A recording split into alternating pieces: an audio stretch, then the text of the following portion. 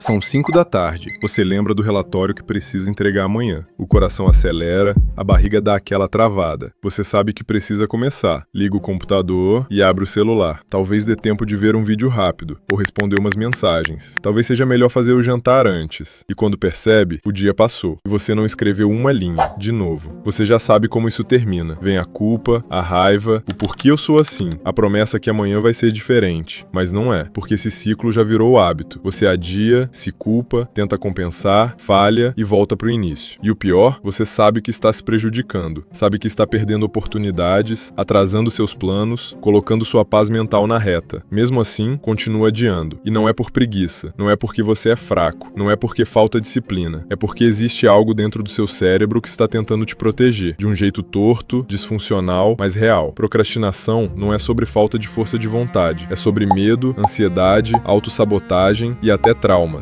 Nesse vídeo, a gente vai direto ao ponto. Você vai entender, com base em ciência e exemplos reais, por que você trava, mesmo sabendo que vai se ferrar com isso. Vai descobrir por que tarefas simples viram monstros mentais e por que adiar parece te aliviar, mesmo que te afunde depois. Mais importante, você vai entender como quebrar esse ciclo, de forma prática, sem motivação vazia, sem planner colorido, sem papo furado. A solução está na forma como você lida com suas emoções, não com o relógio. Se você sente que está sempre atrasado na própria vida, mas não consegue sair do lugar, fica até o fim, porque a resposta não é se esforçar mais, é entender o que realmente está acontecendo com você e como sair disso de forma inteligente. Vamos nessa. Primeira coisa que você precisa entender é: nem tudo que você adia é procrastinação. Às vezes você só está gerenciando prioridades. Deixar algo para depois, porque agora tem algo mais urgente ou mais importante para fazer, é normal. É inteligência prática. Não é fuga, é escolha. Mas a procrastinação real é outra história. Ela acontece quando você foge de algo que disse que faria, sem ter um motivo racional para isso. Você sabe que aquilo precisa ser feito, sabe que o prazo está chegando, sabe que vai se prejudicar se não fizer, e ainda assim, você evita. Não porque não liga, mas porque liga tanto que paralisa. É aqui que mora o erro de interpretação mais comum, achar que procrastinar é sinônimo de preguiça, que é só uma questão de levantar e fazer, só que não é. A procrastinação é bem mais complexa que isso. A preguiça real é apatia, é quando você não quer fazer nada, nem o importante, nem o inútil, só quer ficar parado. O procrastinador, por outro lado, quer fazer, ele só não consegue. Na verdade, ele quer tanto acertar que o medo de falhar trava tudo. É quase como se o cérebro entrasse em pânico só de pensar na tarefa, como se o simples ato de começar fosse algo perigoso, e o corpo reage como se fosse uma ameaça real. Libera adrenalina, ativa alerta, tenta escapar. E escapar, nesse caso, é abrir o Instagram, ver um vídeo aleatório, lembrar de dobrar roupa, resolver qualquer coisa que não seja o que você realmente deveria fazer. É a forma que o seu cérebro encontrou de aliviar o desconforto. Você troca uma dor por outra menos intensa. E é aí que o problema se reforça, porque naquele momento, procrastinar te dá alívio, reduz o estresse, tira a pressão do agora. Só que esse alívio é temporário.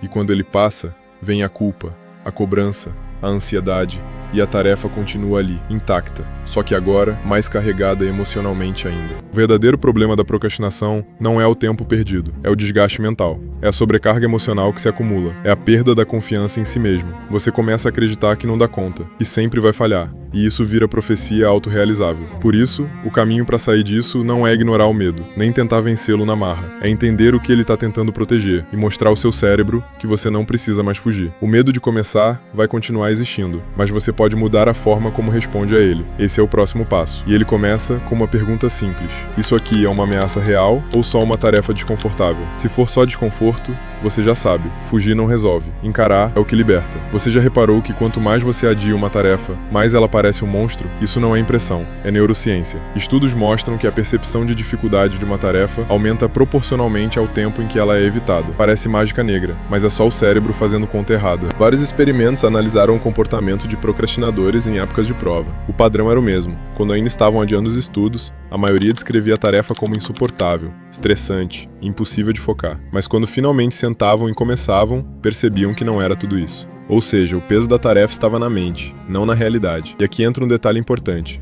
Quanto mais você adia, mais o cérebro associa aquilo ao desconforto. A tarefa vira um símbolo de estresse. Só de pensar nela já dá ansiedade, dor de cabeça, náusea emocional. É o que se chama de condicionamento emocional negativo. A tarefa em si não é o problema é o que ela representa. Medo de fracassar, de ser julgado, de descobrir que você não é tão bom quanto esperava. E o cérebro, que quer evitar dor a qualquer custo, faz o que sabe, te empurra para longe. Mas aqui vem o paradoxo. A única forma de quebrar esse ciclo é começar, porque o ato de começar gera um efeito oposto, o da desmistificação. Ao entrar em contato direto com a tarefa, você descobre que ela não era tão ameaçadora quanto parecia.